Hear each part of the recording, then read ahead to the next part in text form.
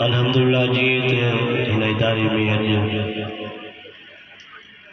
अज प्रोग्राम रखे हुए आगे अल्लाह ताला का दुआ है इंशाअल्लाह अल्लाह ताला सही मौलाना असलम चने साहब जन हिन इदारे की अमा जी हाज़री की पंहिंजी बारगाह में कबूल फरमाए।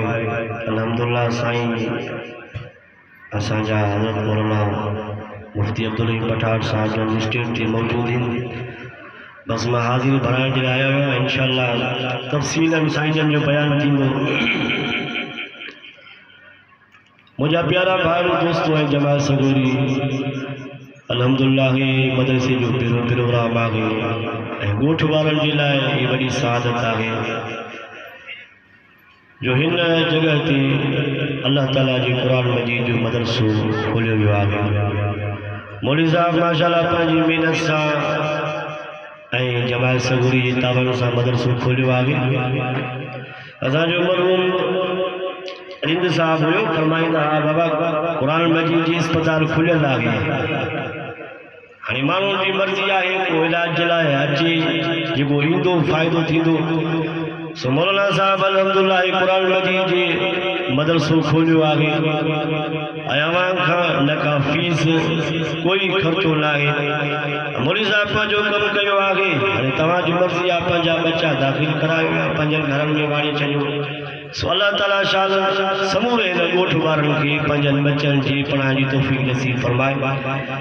बाक़ी अल्लाह ताला पंहिंजे कुरान मजीद में ऐलान करे छॾियो आहे ला तमुन्नु अलैया इस्लामकुम जेके माण्हू तावन कनि था उहे ईअं न सम्झनि जिन प्लान ॾिनो आहे या जेके जलसे में आया आहियूं या को मौलवी साहब या मुबल्लिग मुंहिंजे करे मदरसो हले थो मुंहिंजनि 5,000 या मुंहिंजी ज़मीन जे करे या मुंहिंजे ख़र्च थी। अल्लाह ताला जो फरमाए बलिल्लाहु यमुन्नु अलैकुम हे मां रब जो एहसान थो जो मां रब तव्हांजी ज़मीन खे पंहिंजे हिन कुरान मजीद जे लाइ क़बूल कयो आहे। रब बेपरवाह आहे। किन जगहुनि ते स्कूल खुलियल आहिनि किन जगहुनि ते अटे जूं चक्कियूं किन जगहुनि ते दुकान खुलियल आहिनि ऐं किन जगहुनि ते फैक्ट्रियूं खुलियल आहिनि पर ख़ुशि नसीब आहे उहा जगह ऐं उहो साथी जगह पंहिंजे हिन कुरान मजीद जे लाइ ॾिनी आहे ऐं जंहिं जगह ते अल्लाह जो हे कुरान मजीद जो इदारो मदरसो खुलियल आहे इहा जगह बि इंशाअल्लाह क़यामत जे ॾियारे ईंदड़ जे लाइ शफ़ा जो ज़रियो बणंदी। सो अल्लाह ताला जिन साथियुनि तावन कयो आहे ऐं मौलवी साहब महिनत कई उन जी महिनत खे क़बूल फरमाए। बाक़ी अल्लाह ताला पाण फरमाया इन्ना नहनु नज़्ज़लना ज़िक्र व इन्ना लहू लहाफ़िज़ून। कुरान मजीद जा मदरसा तव्हां खोलियो न खोलियो कुरान मजीद जी हिफ़ाज़त जो ठीको मां अल्लाह पाण खणी छॾियो आहे। ठेकेदार केरु आहे अल्लाह ताला पाण आहे।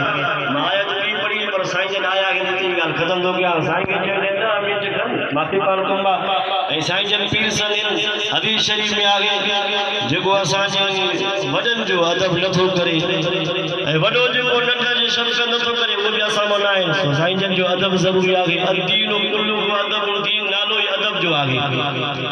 तो मुंहिंजा प्यारा भाइर दोस्तों अल्लाह ताला पाण में फरमाए इन्ना नहनु नज़्ज़लना ज़िक्र व इन्ना लहू लहाफ़िज़ून। ठेकेदार कुरान मजीद जी हिफ़ाज़त जो मां अल्लाह पाण आहियां। मदां को चए तो मां ठेकेदार आहियां। बाकी ठेकेदार जे चऊं मज़दूर हूंदा के जेके हिन मज़दूर पत्थर खणी ईंदा टालियुनि ते के वरी रोड ते सिरूं हणंदा के हिन ठेके जे अंदर पंहिंजी ट्रालीअ ते वारी खणी अचनि को कहिड़ो कमु करे को कहिड़ो कमु करे असुल कमु ठेकेदार जो हूंदो आहे। रब साईं पाण थो फरमाए इन्ना नहनु नज़्ज़लना ज़िक्र व इन्ना लहू लहाफ़िज़ून।